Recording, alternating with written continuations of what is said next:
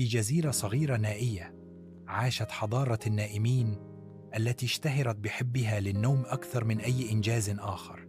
كانت اجتماعات مجلس الحكم تبدأ دائما متأخرة لأن الجميع غارق في القيلولة.